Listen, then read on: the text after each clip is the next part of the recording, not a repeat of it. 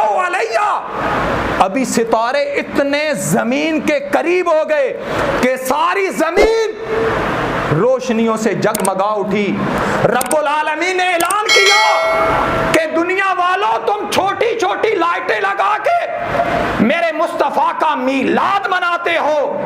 मैंने तो उस दिन आसमानी मखलूक को भी दुनिया के ऊपर भेज दिया था कि जो दुनिया के ऊपर जाकर रोशनी ही रोशनी फैला दो और ऐलान कर दो कि दुनिया के अंदर अंधेरों को खत्म करने वाला, रोशनियां फैलाने वाला, नूर जगमगाने वाला आमना का लाल आ रहा है। आमना का लाल आ रहा है। बात लंबी नहीं करता, मुख्तसर करता चला जाऊं। आज मेरे साथियों ने झंडी पकड़ ली और किसी ने ज्यादा मोहब्बत का इजहार किया, थोड़ा सा डंडा मोटा लेकर उसके अंदर 3 फुट 4 फुट 4 गज 10 गज का झंडा बना लिया और हजूर की मोहब्बत के अंदर निकला। और हमारे कानों तक आवाज पड़ी कि ये फजूल खर्ची है, अगर ये गरीब को दे दिया जाए। खलील साहब, ये मसला मुझे आपने आखिर में बात याद करवानी है, ये मैं बयान कि ये फजूल खर्ची है, मैं उस तरफ नहीं जाना चाहता। ये कहां से निकाला? आए अस्सीरतुल हलबिया और अनवार मोहम्मदिया के अंदर ये हदीस पाक अभी मौजूद है, मैं दिखा सकता हूं, हमारी लाइब्रेरी के अंदर मौजूद है। क्या है? हजरत आमना। कौन आमना? मेरे नबी की माँ आमना, मेरे नबी की अम्मा जान आमना।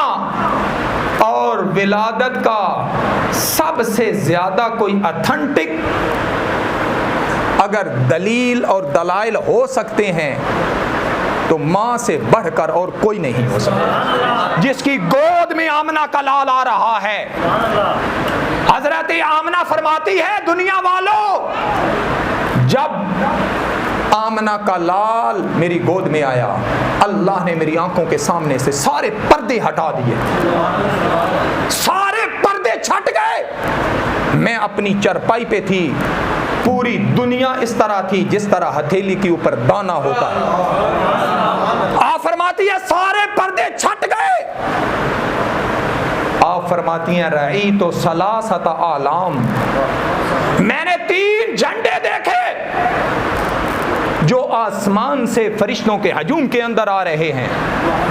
रई तो सलासत आलाम, फरिश्तों ने झंडे पकड़े हुए हैं, 3 झंडे। और झंडे दुनिया वालों तुम्हारे नहीं, सिलाई करने वाले हमारे लोग नहीं, अल्लाह रब्बुल आलमीन ने झंडे अपनी अनायत से फरिश्तों को देकर भेजे, अपनी अजमत और शान के मुताबिक भेजे। हजरत आमना फरमाती है, जलूस आ रहा है, मैं आंखों से देख रही हूँ, मैं देख रही हूँ। रई तो सलासत आलाम, 3 झंडे लेके गली गली नगर नगर फरिश्ते नारा लगा रहे हैं, सैयदी मुर्शदी या नबी या नबी, सैयदी मुर्शदी या नबी या नबी। आमना के लाल की जश्न के अंदर फरिश्ते आते हैं। हजरत आमना फरमाती है, आलामन बिल मशरिके, पहले वो मशरक के अंदर गए, मशरक की हदूद के ऊपर दुनिया के कोने पे झंडा गाड़ दिया।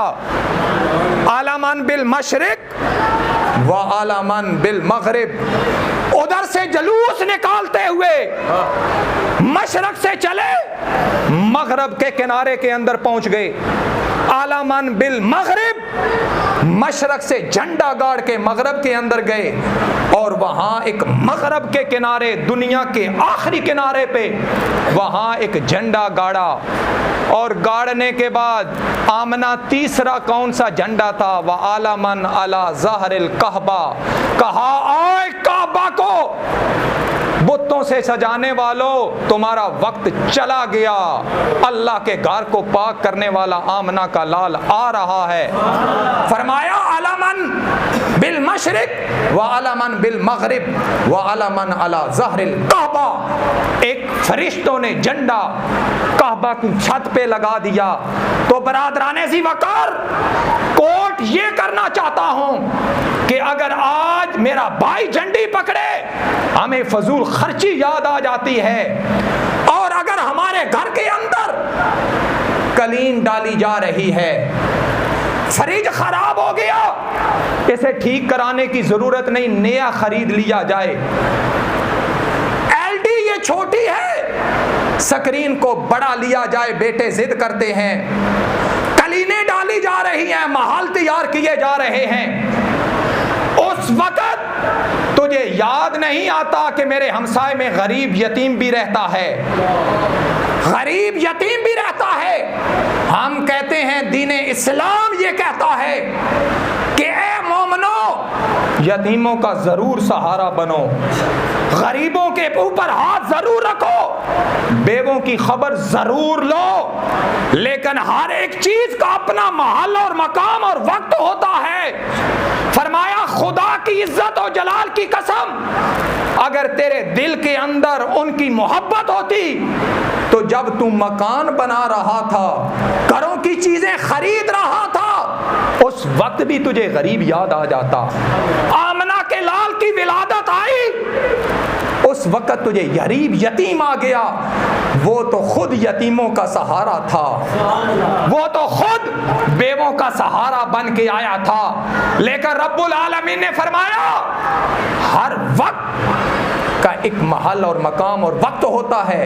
व रहमत रब्बिक खैरुम मिम्मा यजमाऊन, फरमाया जब रब की रहमत तुम्हारे पास आ जाए, वमा अरसलनाका इल्ला रहमतल लिल आलमीन, फरमाया हुवा खैरुम मिम्मा यजमाऊन, फिर तुम्हारी जिंदगी की पूंजी भी लग जाए तो उसके ऊपर फख्र किया करो कि अल्लाह ने मुझे ये तौफीक अता फरमाई, अल्लाह ने मुझे ये तौफीक अता फरमाई है। कुल बिफदलिल्लाहि व बिरहमतिही फबिज़ालिक फलयफ़रहू हुवा खैरुम मिम्मा यजमाऊन, जो कुछ तुमने जमा कर रखा है, टब के अंदर आटा है, मोहब्बत मुस्तफ़ा के अंदर, इश्क़ मुस्तफ़ा के अंदर लंगर लगा दो। अगर तुम्हारे घर में चने हैं, उन चनों को ही तैयार करके मोहब्बत मुस्तफ़ा में गरीबों को खिला दो।